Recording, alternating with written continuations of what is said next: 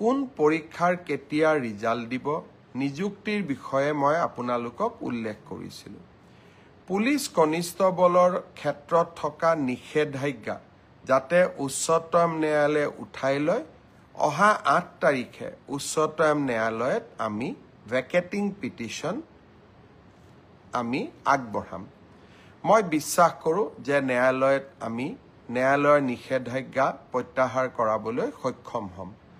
যোৱা ফেচবুক লাইভত কোৱা মতে নিৰ্দিষ্ট দিনত এতিয়া পৰীক্ষাৰ ফলাফলসমূহ ঘোষণাৰ প্ৰক্ৰিয়া আৰম্ভ হ'ব দুই এজন প্ৰাৰ্থীয়ে মোক কৈছিলে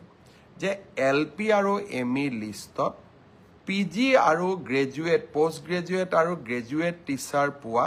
বহুতৰ নাম সন্নিবিষ্ট হৈ আছে আমি নিশ্চিত কৰিম যাতে পোষ্ট গ্ৰেজুৱেট আৰু গ্ৰেজুৱেট টিচাৰত যিসকল নিযুক্তি হ'ব তেওঁলোকৰ নাম যাতে এলপি বা এমই লিষ্টত নাহে অৰ্থাৎ যি ডাবল এপইণ্টমেণ্টৰ যিটো অভিযোগ থাকে তাক যাতে আমি বহু পৰিমাণে ৰোধ কৰিব পাৰোঁ আৰু সেই বিষয়ে ইতিমধ্যে বিভাগৰ বিষয়াসকলক মই স্পষ্ট নিৰ্দেশ দিছোঁ এই মাহত অসমত ৩৫,০০০ যুৱকৰ নিযুক্তি হ'ব অৰ্থাৎ ৩৫,০০০ নিকা নিযুক্তিৰে ৩৫,০০০ পৰিয়ালৰ মুখলৈ হাঁহি বিৰিঙাব